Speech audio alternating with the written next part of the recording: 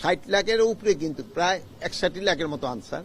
এদের ট্রেনিংটা আরো কিভাবে ভালো করা যায় এবং এরা জনগণকে কিভাবে আরো বেশি সেবা দিতে পারে এই ব্যাপারে।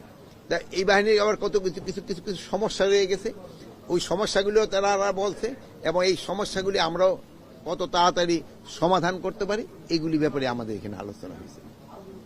আর একটা হলো জানেন এই ফোর্সটা কিন্তু যেহেতু আমাদের অন্যান্য ফোর্সের সাথে তারা কিন্তু বিভিন্ন সময়ে ইভেন যে কোনো ক্রাইসিসে যে কোনো দুর্যোগে এরা কিন্তু সবার সাথে কাজ করে এবং এরাই কিন্তু মুখ্য ভূমিকাটা পালন করে।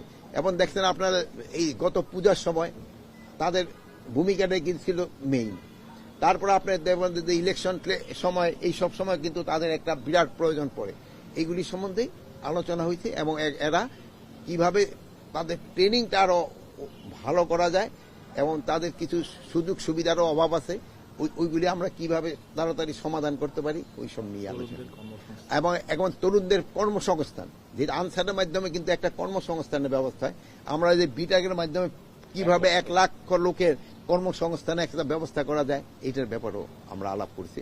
আমরা হয়তো উচিত ভবিষ্যতে হয়তো এটার আমরা ফলটা পেয়ে যাব। মাননীয় উপদেষ্টা একটা বিষয় একটু করবেন, সেটা হচ্ছে আনসারের একটা দাবি ছিল এবং এটা অনেক ঝামেলা হয়েছিল সচিবালয়ের সামনে, যে তাদের স্থায়ীকরণ এবং হচ্ছে তাদের ছুটি বাতিল, এই বিষয়ে কোনো সিদ্ধান্ত হয়েছে? এক্ষেত্রে এখনই কিন্তু আমরা ওইটা মোটামুটি যে মাঝখানে যে তাদের ওই যে কি বলে বিরতি, ওই বিরতিটা কিন্তু আর থাকছে না।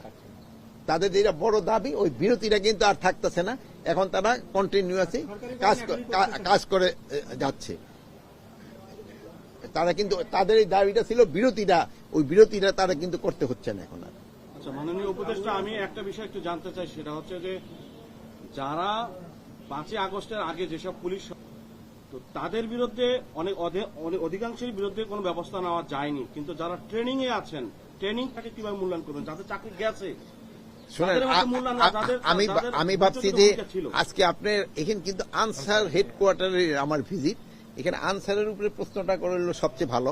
তা আপনি ওই একটা প্রশ্ন করছেন যেটা যাদের ধরেন ওই ফুটেজ আছে আছে তাদের কিন্তু ধরার চেষ্টা করা হচ্ছে ডেইলি, কিন্তু তাদের 2-1 করে ধরা পড়তেছে। আপনারা হয়তো জানেন যে মতিউর যে ছাগল মতিউর সেও কিন্তু ধরা পড়ছে, তারও কিন্তু এতদিন ধরা যায় না। মানে যে আসে না কেন সবারই কিন্তু আইনের আওতায় আনা হবে।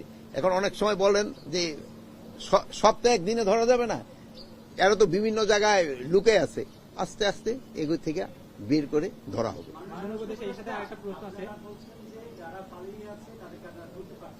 পারছেন না মানে ধরতাছি তো।